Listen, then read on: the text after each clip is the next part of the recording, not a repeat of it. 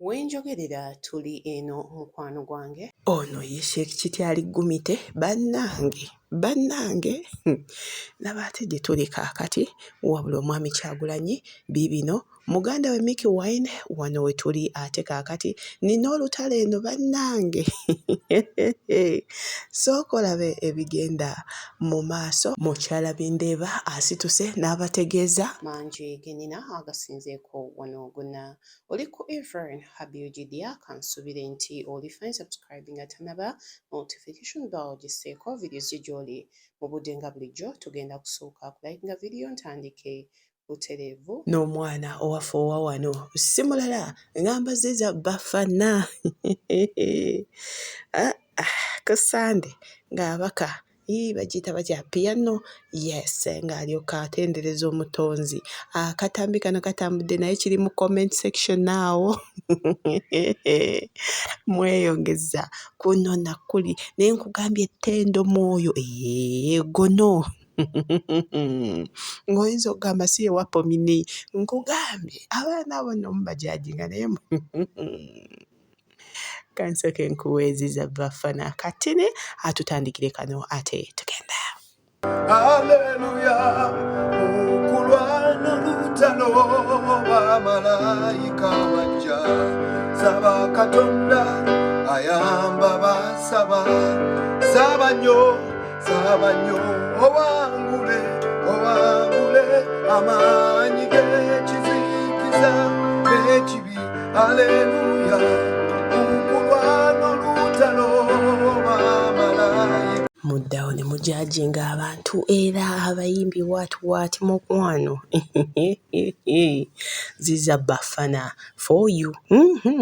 Embeera bwetyo bwe yafaananyeeko nnaku olweggulo naye nga bwe nkuzaako eno omanyi mutunula ne mugamba era nja kuguma ne bw'anaayenda nga rape yamala n'awangula mukwano. Mukyala Bindeeba yeeyongera obbajjukiza ebigambo bino kati ne tugenda. You are going through a lot in your marriage, and then you say, after all, also Rapey endured it. No, honey, no. Please, you all need to understand, co-ground leave alone the narrative of what you see on social media. You understand? One thing I am letting you know is I'm in this marriage because I'm married to someone who wants to be married to. That's the truth. There is no way I would do it if he did not want me to stay. You can only and only stay in a marriage where your other partner wants you to stay. If you are doing this alone and it's strictly about you, because I see so many people who are like, oh, this girl has fought for her marriage. I have fought for my marriage because I was fighting for a man that wanted to be fought for. You understand? It's different for you to fight for someone who doesn't want to be fought for. This man claimed me. This man loved me. What do I mean? A man who loves you will marry you. A man who loves you will always explain when things are west. When they go east, when they go west, they will always explain. They will always come on the table and tell you, babe, that's not true. Cocktail this, cocktail that. They will always make sure that you understand them. Uncle Gambie, omwana misibinde yakutegeeza mukwano ebyoguma naye ye gw'ogumira ayagala obufumbo obwo ayagala osigalewo akwagalawo ebibiri byanjawulo naye ng'embeera bwetyo bweriiko saidi ezeeyo nakwadeko amawulire nga batugamba mutima bamusiba mutima yoli omulenzi yajja n'atugamba nti omwana wa Bad Black we mukwano abantu bakikyusizza dda bagamba nti mukwano Black atandise okukola ejjukira yamugamba ajja koma ku ye ono abadde agamba tugende. Omuntu yenna bw'akugamba nti nviira ku mwana n'ogaana okumuvaako abantu tebasaaga ku baana bibi bye biddako. Well, omuvubuka famous tiktoker yali yekoledde erinnya amanyikiddwa nga Mutima 5 star Geno nga yali abesinga mu ggwanga erya Qatar. Omuvubuka ono yagenda okukola ekkata gy'abadde aludde ebbanga ddene n'amala n'ava ku mirimu n'atandika okubeera ng'agamba nti ye yeekozesa quote me well nti ye yeekozesa era nga alabikirako mu hoteeri ezimu talaga mulimu gwakola naye ng'abeera atuwalinga most especially ensi z'Abawarabu. Gye buvuddeko eyo amawulire gafulumye nti omuvubuka oyo ali mabega mu nkomyo. omuvubuka oyo ekimusibya mu nkomyo nti bamukwatira mu kifo ewali bamalaaya. To remind you, mu nsi z'Abawarabu ezisinga ne bwe bakukwatira ku kizimbe nga kuliko bamalaaya, naawe obeera wenyigidde emirimu gy'okusaasaanya n'okutambuza ebyobukaba mu nsi z'Abawarabu. So omuvubuka oyo tetumanyi baba bamukwatira mu kayembe oba wane nga kigambibwa nti waliwo abakazi abatunda ebitundu by'ekyama n'abeera nga bamusiba. So mumusabire kikuwa kye ekyokuyiga. Nze omuntu yenna bw'ova mu nsi gy'ovudde n'ogenda okukola kola, koze ekikututte kola. Buli lw'ova kukola n'okola ebirala, that is how you find your life miserable. Nti ensi z'Abawarabu zino bw'ova nnyo kukola n'oyagala oli buli bulamu, ebintu bituuka ne bikola ki ne bikaluubirira. Ensonga ziri bbiri ku mutima. Yali asazeewo ave kola atunde ebizigo bye ebyerusa, which is good, naye ate at least era yalangajjamuko amasanyu ne gamusingira. So byebyo omutima tumusabire. Ize TikTok tumumanyi wano abeere nga ayimbulwa. Saudi tesaaga togiyita kati. Bye byate ebiriko side ezeyo naye mmwe emyaka gya muzeeyo emituufu mugimanyi, Isima yagimanyi. Anange akatambika akano tugende. Nga Museveni alina kina namu ebiri Ani? Museveni Museveni alina 10. Museveni alina 10. kala ne bulumu neva ku bigambo byo Museveni otango mbula ebituufu byo. Museveni lumu yatugamba nti tamanyi myaka gye. Mwe Museveni yatugamba ye tamanyi myaka gye. Kati omuntu atamanyi myaka gye ng'atebereza obutebereza ayinza okuga nti nina 2 ng'emabega aliseeyo 2. Atebeza tenga mulimba mulungi. Very good. Nze Museveni atebeza ate mulimba mulungi amanyiddwa. Museveni bw'oba omubala ali myaka 12, 1015. Osojiweza emyaka egyo. Ani 12. Ani Museveni yava n'atugamba nti ne famire ye ewangaala nnyo. Ekituufu kyo akiwulyako na. Museveni yava n'aga nti famire ye ewangaala ne ssengaawe yafiira ku myaka 12. Bakamuzika myaka nga 5. Kyava mu kamwa ka Museveni n'agamba okumanya famire yange ewangaala nnyo, ssenga wange afiiridde ku myaka 12. Nga mwe Museveni yabyogera tebyali byange. Wayiseewo emyaka nga 5. Kati oba bawangaala nnyo, nze mwe Museveni bwe mubalira emyaka gye ali mu 10.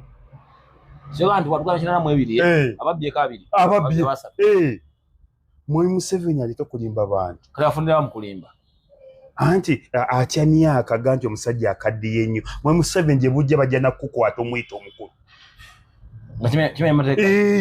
Gye bujja bajja kukwata ndwaye waaki wayise mwe Museveni nti mukulu. Gye bujja bajja kukwata. Olaba alina we yabadde n'agamba mpulira eyo nga mumpita akasajja katulemeddeko, akasajja katuwesibyeko. Poliisi muli ku ki? Twamuwulidde. Akibuddeko atone nnyo ekyo. Kyaweddeyo. Museveni yabadde ku mikolo gy'abazi esimanya Liberation Day 26 January. N'agamba mpulira mumpita akasajja katulemeddeko, akasajja katugaaniddeko. Lwaki mumpita akasajja? Poliisi muli ku ki? Mubakwate. Era gye bujja mwe Museveni ajja kuwaayo etteeka omuga nti mukulu bajja kukwata. Lwaki omuyisa omukulu? Dijja lwaki oyise mwe Museveni mukulu? Ne mwe Museveni mukulu mu Uganda ateekwa okuba nga yasinga obukulu. Bwaba nkukwalina ejjindu panvu kati mwe Museveni okumanya mukulu oyinza omusanga ne mu Kenya nga yasingayo obukulu, oyinza omugenda ne Tanzania nga yasingayo obukulu. East Africa kati mwe Museveni abisana ne Africa mu bakulu baayo. Mwe Museveni mukulu. Ankagambye mbeera bwetu bweri ku side ezeyo kakati ali muzungu alojja baana ba Western kusoma nga mwasoma baddiya mbu anti bifo n'ebyamaanyi mwe mubikulira aliwo ono kati ne tugende. Salamu alaikum wa rahmatullahi wa barakatuh. Abantu b'omu Western nno muli basomi. Abantu b'omu Western muli basomi. Kati kankubuulira ebitongole wano nga ba Western be babikulira. Abantu b'omu Western muli basomi. Kankubuulire wano ebitongole by'amaanyi mu gavumenti nga Western babikulira. Mwe bali kubeera bagezi, mwe bali kubeera bayivu. President Western, Chief Justice Western, Deputy Speaker Western, CDF Western, IGP Western, EC Western, URA Western, Minister of Finance Western, Coffee Export Western, Petroleum Authority Western, Wealth Creation Western, PDM Western, NIRA Western, muli basomi nkomyewa ku NIRA, UBC Western,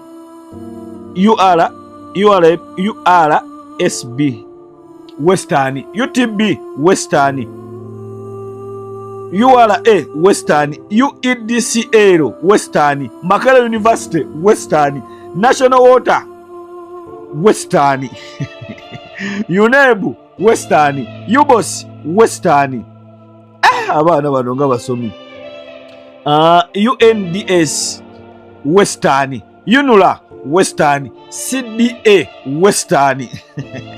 CAA obeyo kitongole ki Western, Uganda Airlines Western, URC Western, Owino Market Western, Mulago Hospital Western, mutubereddewo mullo. Munyanyazi nogamba ndya tineshonga munyanyazi nogamba kindya noshemerera nolya ndya aba Western mukama abalinde bonna basoma bonna ebitongole babikulira bebayivu mwebale kusoma naye mwebale kusoma. Bw'atyo ali bw'agamba ku side ezeyo amma ogamba otya? Manyi olina ky'ogamba mu comment section. Kiteekewo jjo naagambe tugende mbiguddewo masaawa mukwano gwange.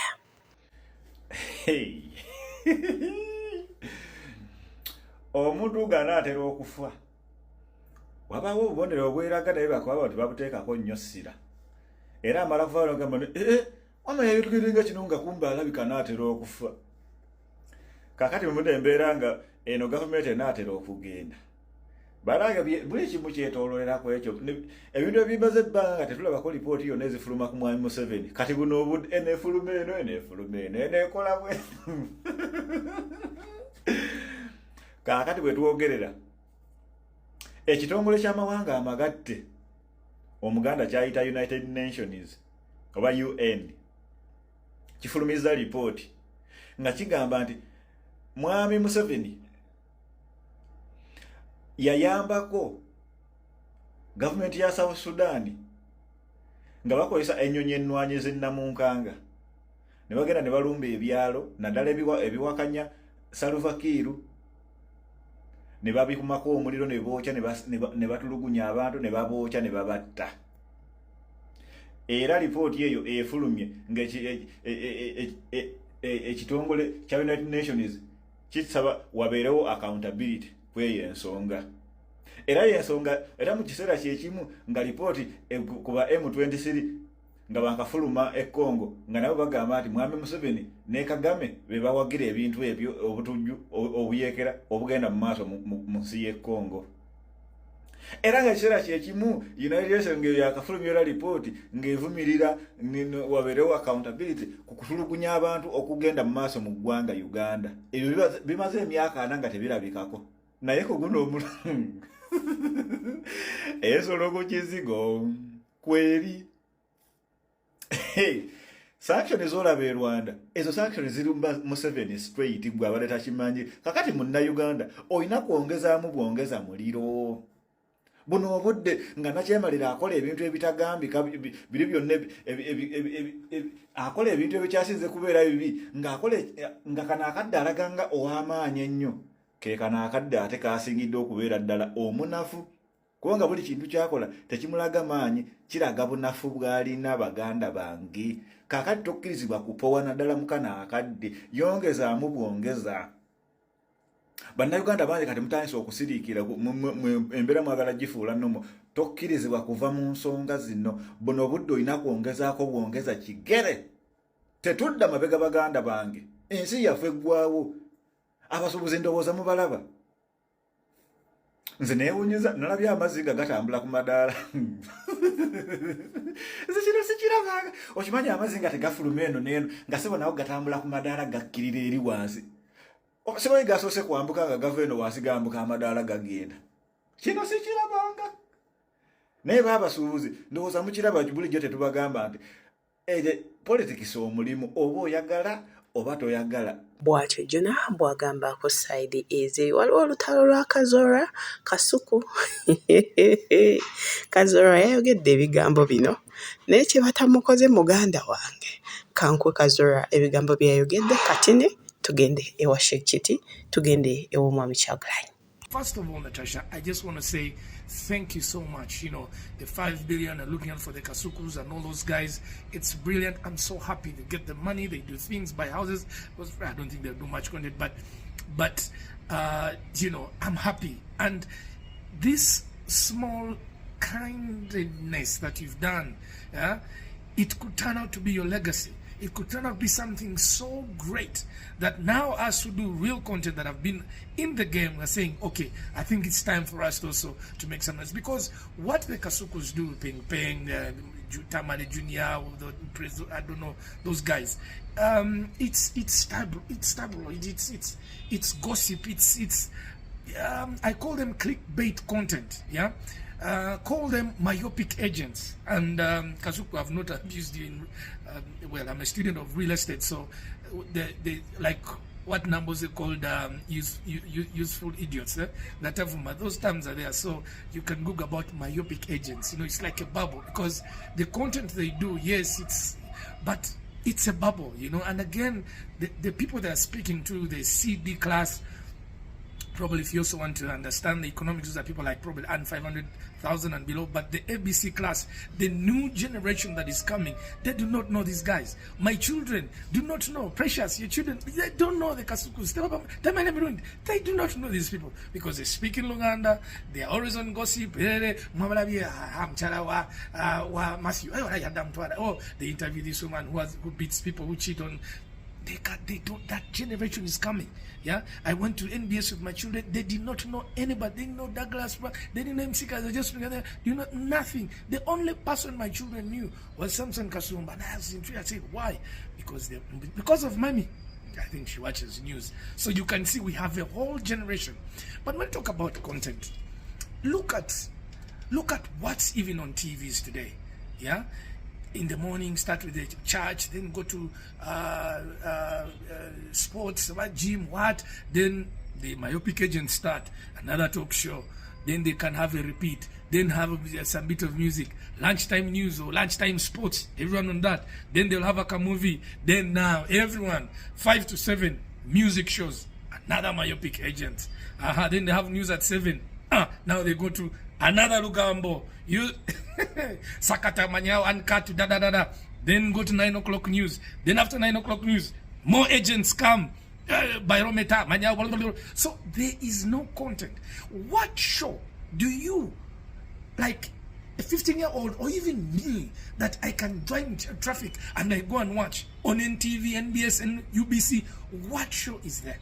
There is no content. And you know what? I was having conversations with... Bino olwagudde matu gaba Kasuku mukwanche batakoze Kazora. Baba no tugende. Tunulire olubaawo nange ndutunulire. Alyoka alabera yini bekkirira paka wanseno ku Market Street. Bamuleka omusajja. Omwana mutamkola. Omwamu yayingira lecture room. Reaction je tulinda wabwe. Mutelevu. Wati babasa bu meeting alina kusooka tulinnyirira. Atagambye nti Natasha anti we. Nywanto. Yandigeze bugezi n'alaba anti we n'amunnyonnyola. Taso amulaba ayitawa. They are literally blood. But the blood is talking about is BLURRED. Please play on that video. Anyway, Kazora, you raised very legitimate points at some point. I have issues in the programming ya TVs. That one I cannot take away. But the challenge now is botandika okwagala okusooka okunninnyirira nze Kasuku, your message gets lost. Era abantu bangi bagenda kujja otuga nti kati mwenga bamuzembe mutyo because message ye yagibuza tumuzeemu mu ngeri y'emu gy'ayogedde ensonga lwaki nkoseza na lulimi lwe yakozeseza. And that is where the biggest problem has come from, because when you start the communication waliwo nti bye bakugamba be precise, soma the mood of the audience, tegeera baagala kuwulira ki. There are so many things they tell you. So when you want to come and raise your issue, issue bw'otandika ogiraisinga nga oyiwa amazzi ku Kasuku, oyiwa amazzi ku Tamale, okutte bano abalala bonna bonna bayiyeeko amazzi ajja gimukolera gwe bamukakkamu ajja muwa ebibye kiweemu buwi budde. So kyenjagala okugamba kiriba ekiti nti discussion eno yonna nalaba manyi waliwo abaganda affe aboogera oluzungu ku X. You lose the discussion when you center it to Kasuku, because you see Kasuku is local. Anyumye ebibozi ebiri awo bye mutategeera oba bye mwagala okutunuulira nga muli mwekka naye awo ennyini ebyo byoyogera Kasuku bye musobosezza okukola ki kuba gwe ku luzungu lwo lonna lwoyogedde gwali eyo n'ebyamagezi byowandiise President takuyitangako. Embeera bwetyo bwe yafaananyeko ku sayidi ezeeyo Sheikh Kitya ate tabizzeemu bannange.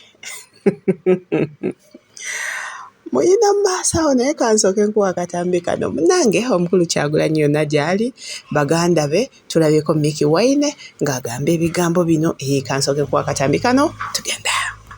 Mickey Wine tombanga omanyiko omusajja gy'ali ogumye ku Bannayuganda.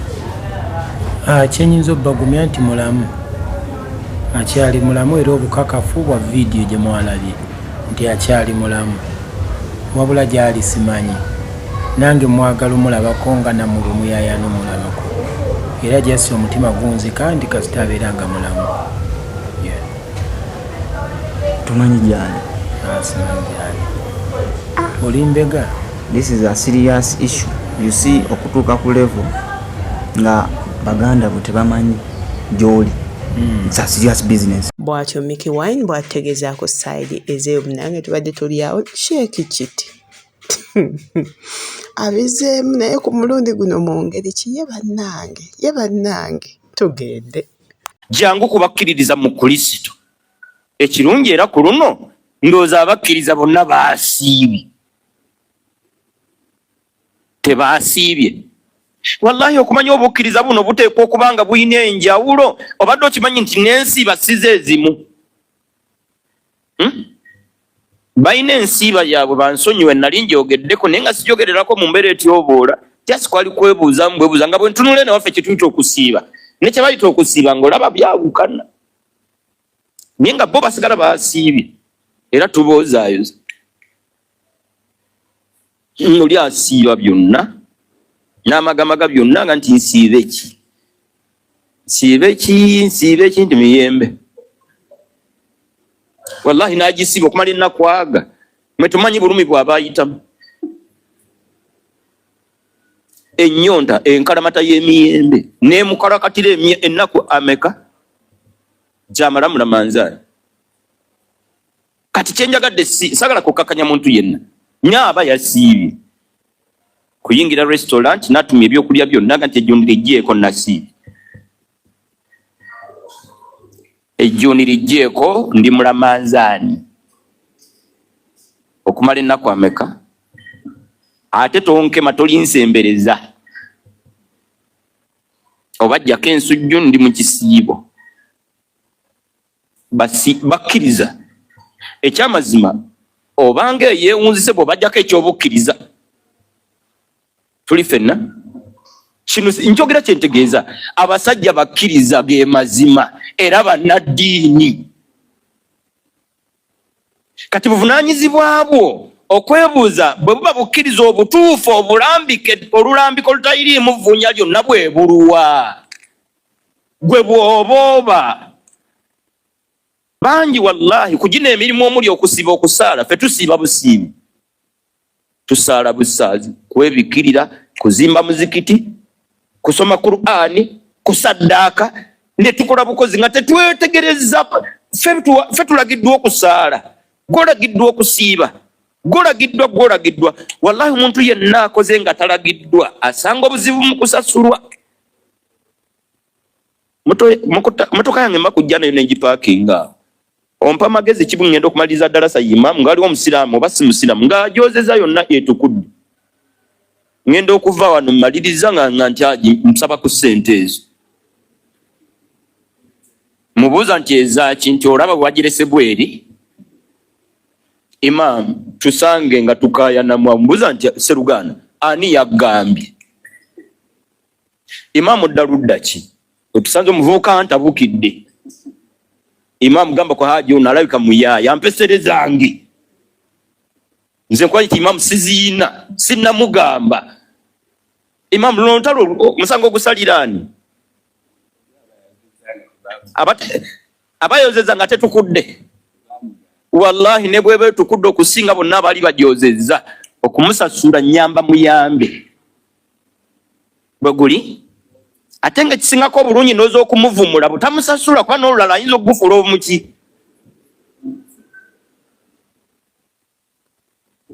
simanyi ntegereka bulungi kyenyagadde wano ani yakulagidde ke kanyolagano k'otusanga munayozeza emmoroka yange ani yagambye wallahi ndi wadde meno mugati nze mbadde njagala nga gweri era gizzeewo sobola okumwekaliza muni njagala nga bwe yabadde ojja kubbisa emmoroka yange n'ensonga zange nyizo zimu gwojoza otya kati bwe bagibba kyenjagadde ani yakulagidde wallahi neyasiiba yenna genderera nnyo ani yakulagidde ye empeera nga bwe nnyonnyola bituufu